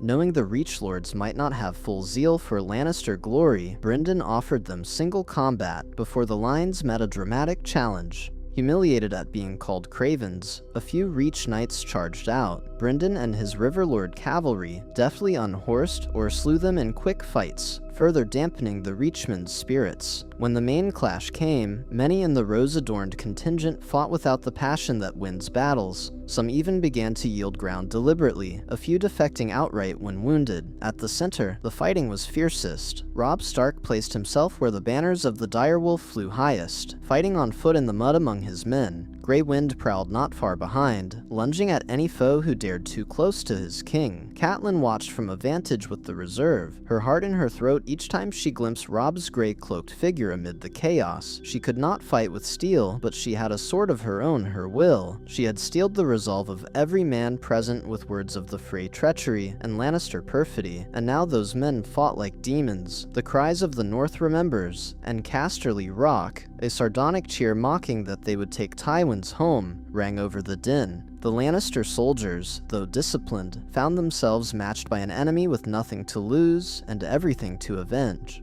Lord Tywin surveyed the battlefield from atop a rise, clad in ornate plate and a red cloak. He watched, displeased, as his left faltered under Umber's assault, and his right became sluggish. Still, the center held, grinding forward by sheer weight. His green eyes narrowed. Victory was not out of reach if he could rout the Stark center and cut the head from the snake. With me, Tywin commanded his personal guard and reserve of heavy cavalry. This was the moment. He would smash the Stark center with one devastating charge, and put an end to this farce. Some later said that the old lion's pride led him astray, that he should have withdrawn when his flanks failed. But Tywin Lannister had never fled a battle, and he was not about to start at the zenith of his legacy. Trumpets blared, and the ground thundered beneath iron-shod hooves as Tywin's knights charged down toward Robb Stark's position. They lowered lances, the sun catching on their points in a spiked corona. Robb saw the coming storm of cavalry. He shouted for his men to brace with spears, but this was Tywin's finest attack, and it punched hard. The Lannister knights crashed into the Stark ranks, shattering pikes, trampling men, and mud under pounding hooves.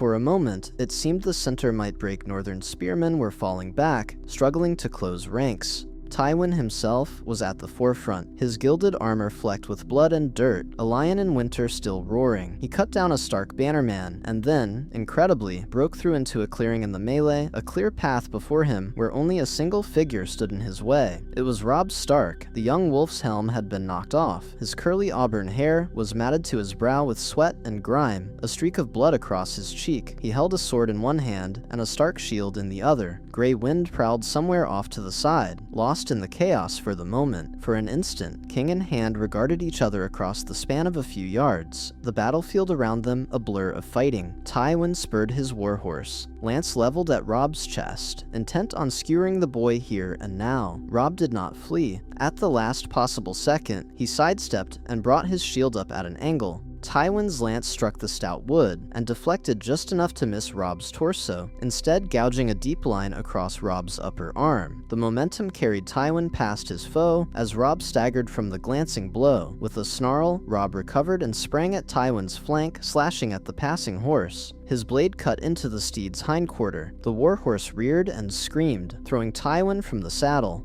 The mighty Lord of Casterly Rock hit the ground with a crash of metal on earth. A nearby Northman spearman, seeing an opportunity, lunged at the fallen lord with his pike, but Tywin, remarkably swift for his age, rolled aside and hamstrung the attacker with a swift swipe of his longsword. The spearman fell, screaming. Tywin struggled to his feet, a bit unsteady, his left gauntlet hanging. Oddly, his wrist likely sprained or broken from the fall. Robb advanced on him, sword raised. Around them, the cavalry charge had ground to a halt as Stark reserves rushed in, and the Greatjon's victorious flank pressed into the fray.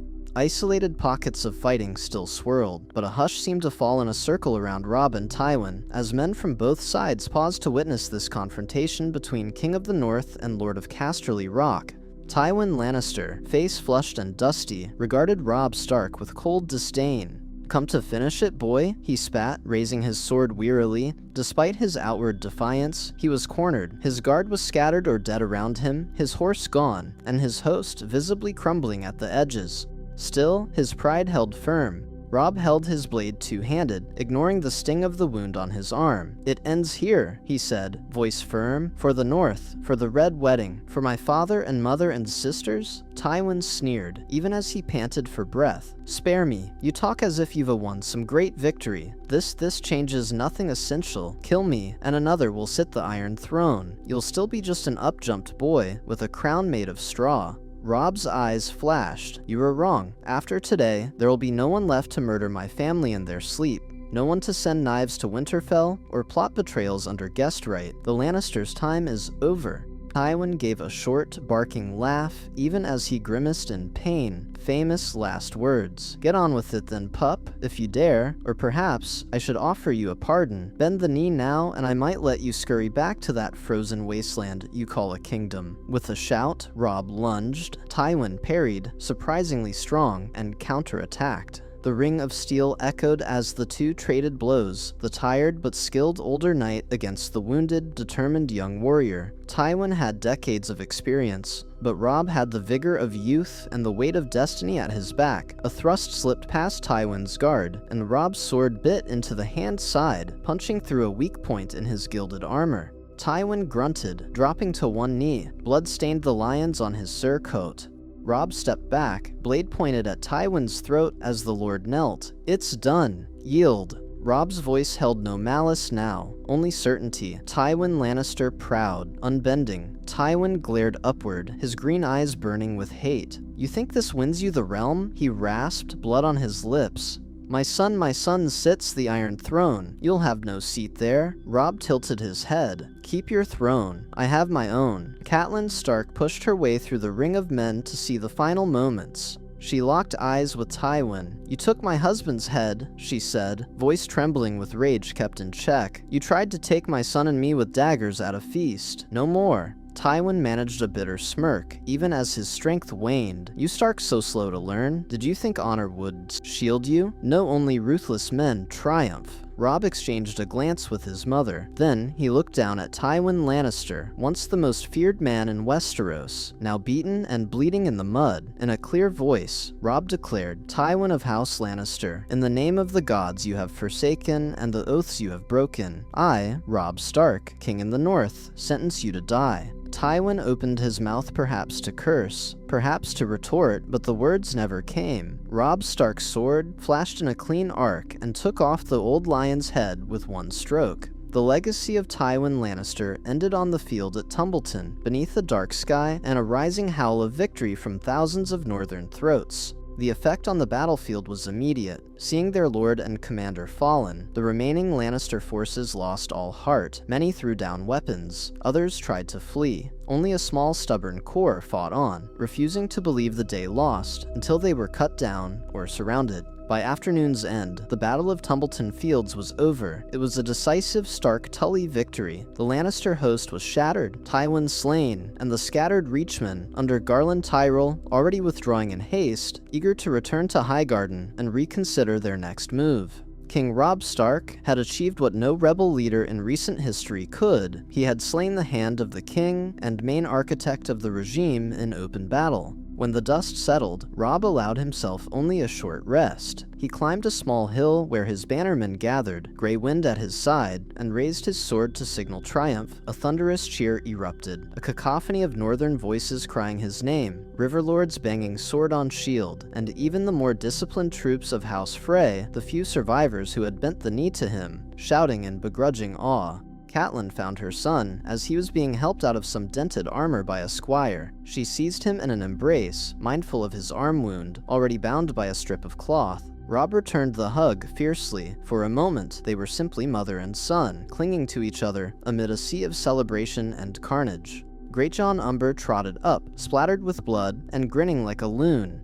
"Ha!" he roared. "Saw you take his bloody head, your grace? What a chop!" He pounded Robb on the back, nearly knocking the wind from him. Others crowded in. Blackfish Brynden with a rare broad smile, Edmure Tully, astonishment plain on his face, Mage Mormont with her sword still red in hand, nodding respect. "Tonight we feast in Lord Tywin's halls," Jason Mallister proclaimed, pointing his sword toward the distant silhouette of Casterly Rock. There were laughs and more cheers. Indeed, with Tywin's army broken, there was nothing to stop Robb from investing Casterly Rock, but as Robb looked toward the ancient seat of House Lannister, he felt not elation, but a deep, weary relief. The nightmare that began at the twins had come full circle. The Red Wedding had failed, and now the man behind it had paid the ultimate price. The Lannisters' iron grip on the Seven Kingdoms was broken. "What now, your grace?" asked Mage Mormont practically. "Do we storm their damned rock?" Robb shook his head. "They'll yield. They have no choice. I'd sooner avoid spilling more blood if I can." He turned to one of his captains. "Send a rider under flag of truce to Casterly Rock. Inform Lady Jenna Lannister that her brother is dead and her city taken. If she opens the gates and surrenders the castle, I will spare their lives and property. If not, we can begin a siege by morning." The messenger rode off. As the sun dipped low, casting an orange glow across the western sea, Robb's army began to tend to the wounded and round up prisoners.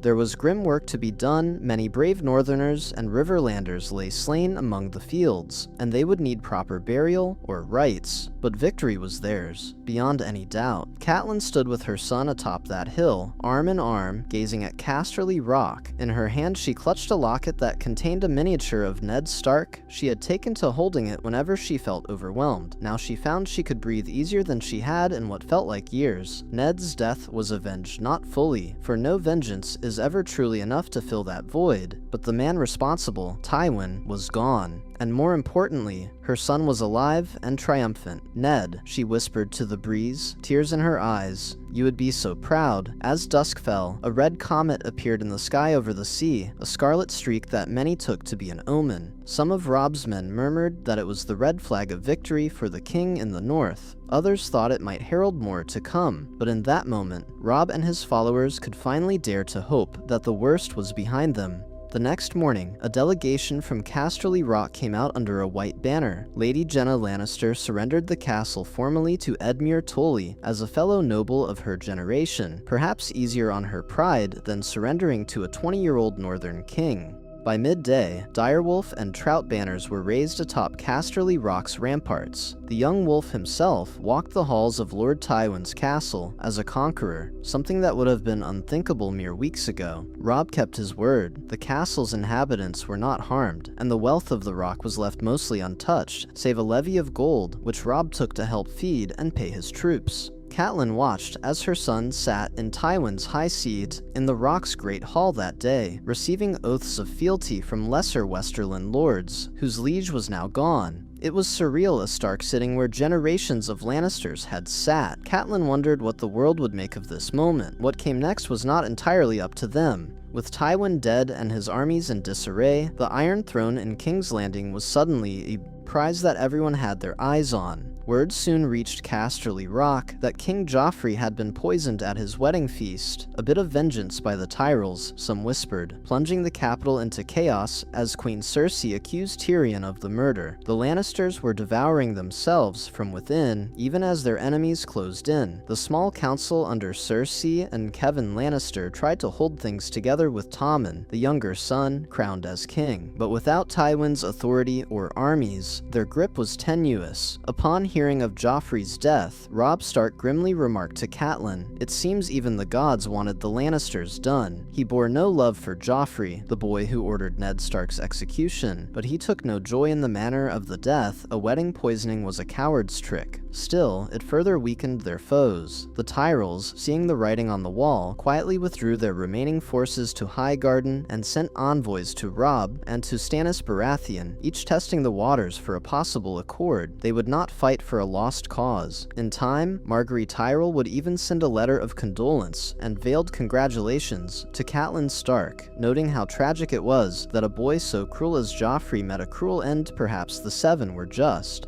The politics of the realm were shifting like sand underfoot. Stannis, for his part, seized the opportunity, while Robb consolidated in the west and sent detachments back north to mop up the last Ironborn. Stannis sailed from Dragonstone to King's Landing. The capital was demoralized, the Lannister regime leaderless. Many gates were opened by sympathizers inside, perhaps aided by gold from Varys or secret promises by certain Tyrell agents. What resistance Joffrey's remaining loyalists put up was swiftly overcome. By the time Robb Stark had returned eastward with his host, marching toward the Trident once more, King's Landing's banners had changed. The crowned stag of Stannis Baratheon flew over the Red Keep, yet Stannis' conquest of the capital was not without conditions. The Tyrells still had their claws in the city's wealth and people, and an uneasy truce was established. Stannis Baratheon would be recognized as king on the Iron Throne by the Tyrells and other lords, in exchange for clemency and certain concessions, including allowing Margaery to retain her title as queen by wedding the new king's nephew Tommen as a war to compromise to save face.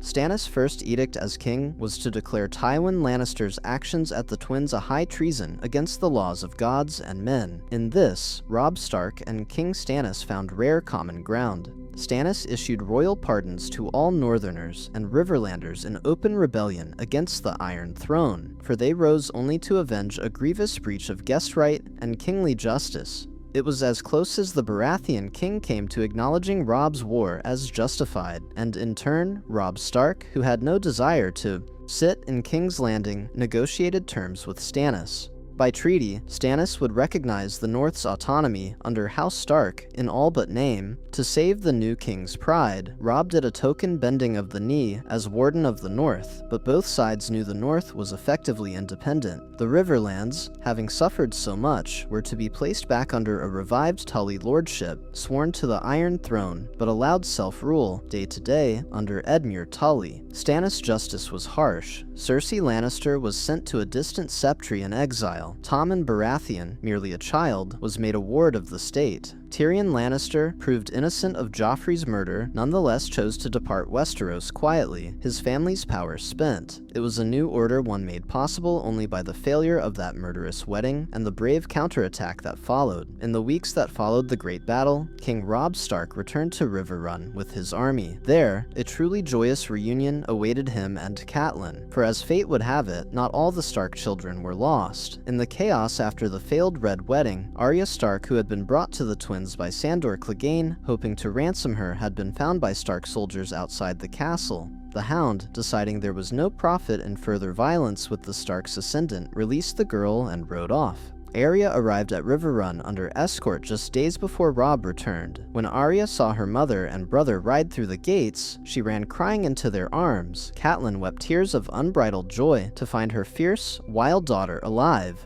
Robb lifted Arya up and spun her around, the weight of guilt he'd carried believing he had failed his little sister finally easing. That night, the halls of Riverrun hosted a different kind of feast, a celebration of victory and reunion. There was grief too, seats left empty for those who did not live to see the peace, like Dacy Mormont, Wendell Manderly, and so many others. But there was hope in the air as well. Edmure Tully and Rosalind held hands beneath the table, relief that their union had not ended in horror. Sansa Stark, freed from her marriage and captivity by diplomatic exchange, was already en route to Riverrun under heavy guard. Davos Seaworth himself had volunteered to escort her from King's Landing to ensure her safety. Soon, she would embrace her family again. Catelyn Stark watched the merriment quietly. A surviving Frey, one of Walder's timid granddaughters, poured her a cup of wine, with shaking hands. Catelyn offered the girl a nod of thanks. She bore the child no ill will. The sins of the Frey patriarchs had been paid in full. The Frey house would never rise again beyond footnotes. When Robb stood to give thanks to the gathered for their bravery and loyalty, the hall erupted in cheers of King in the north, and now also King of the Trident, for the Riverlords hailed him too. Robb held up a hand for quiet. "No," he said,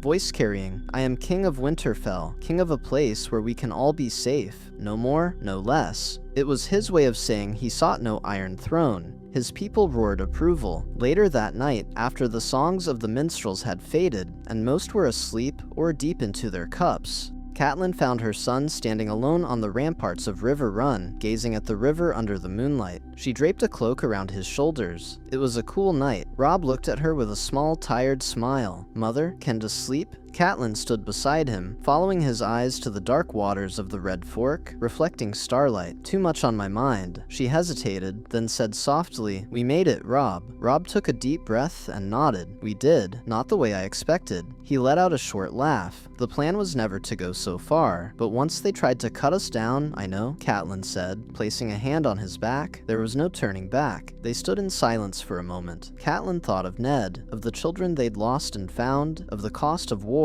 and the price of peace. She thought of the young man her son had become still kind, but now tempered with steel and wisdom beyond his years.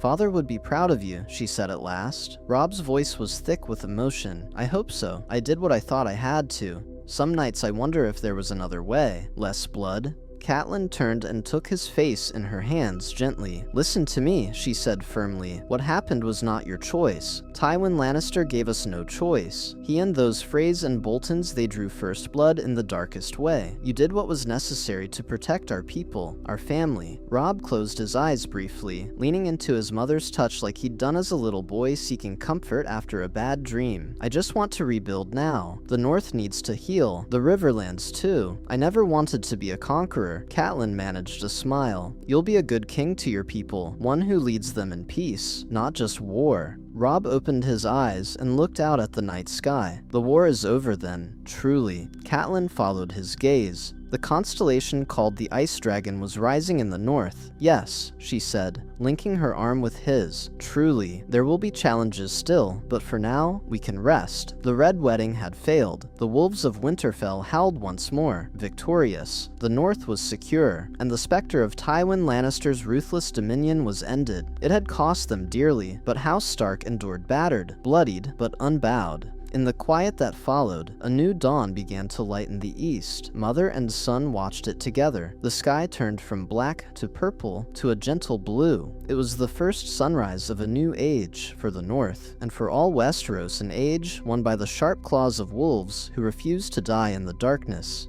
and instead tore their way back into the light.